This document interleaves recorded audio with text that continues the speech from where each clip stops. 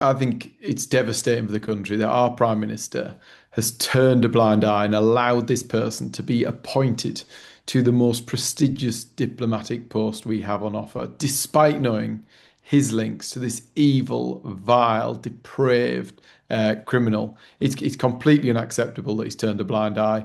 For some reason, having links to people at the top of the Labour Party means that the Prime Minister is willing to forego and bypass any questions being asked.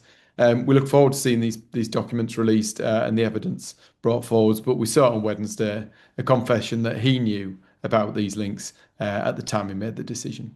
I think when you look at the damage that the Prime Minister's, well, this government has done to this 21% more people unemployed, our economy is being trashed. That has real life consequences for people across the country.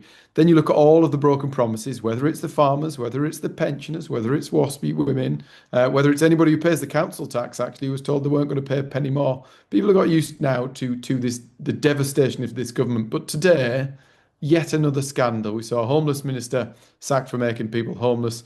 We saw an anti-corruption minister charged with corruption. We're now seeing this, a complete and utter lack of judgment. He is making an embarrassment of this country on the world stage. He's got to go. Well, there seems to be a bit of dispute between what Number 10 is spinning out on this and what he's had to say himself on Truth. He said that many people have told him about the benefits or otherwise of this deal. The reality is we think it's wrong. We do not think that we should be giving away sovereign territory and paying for the privilege of doing so, particularly when it is of such strategic importance to our national security. It's the wrong decision, and the government should not be selling it out. So this government is not on the side of working people. Those people who work hard and do the right thing are paying more and more in tax. Those people who aren't working are getting more and more in benefits. It's not fair on people who get up early, go out and do the right thing. There's got to be rewards for those people who work hard. When you look to the Labour Party, when you look to reform, they want to go around nationalising everything. They want to increase benefits for those people who don't work. And all of that is being paid for by people who just want to get on in life, who just want to work hard, who want to do the right thing. They're paying unprecedented amounts of tax. We can't go on like this. It is going way too slow. For those victims who have spent forever and a day now being let down by the authorities, they need the answers.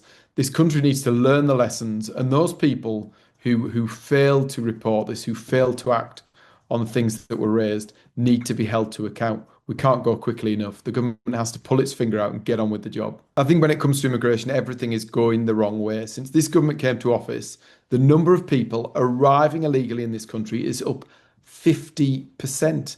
The government said they were going to get rid of hotels. There are more people in those hotels. And of all of those people arriving in the country illegally, 95% of them are getting to stay. If you break into this country, you should be detained. You should be removed. No ifs, no buts. When we send that message to the world, then people will stop arriving on those small boats. Even the National Crime Agency is saying it.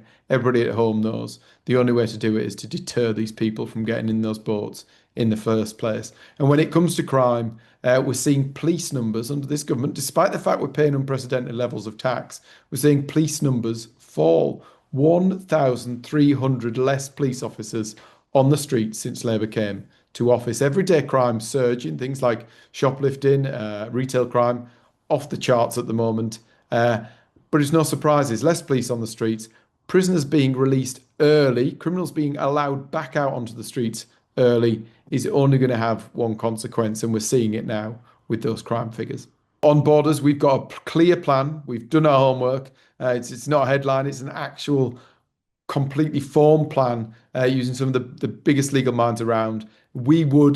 Anybody who arrives in this country would be detained and would be deported and removed within a week. We've got a plan there to leave the ECHR to stop all of the legal frustrations that were previously going on. That's exactly what we do. And when it comes to policing our streets, costed plan to put 10,000 more police officers on our streets, to increase the amount of stop and search, and to use all the tech available to our police officers so that they can get on with our job of keeping the streets safe.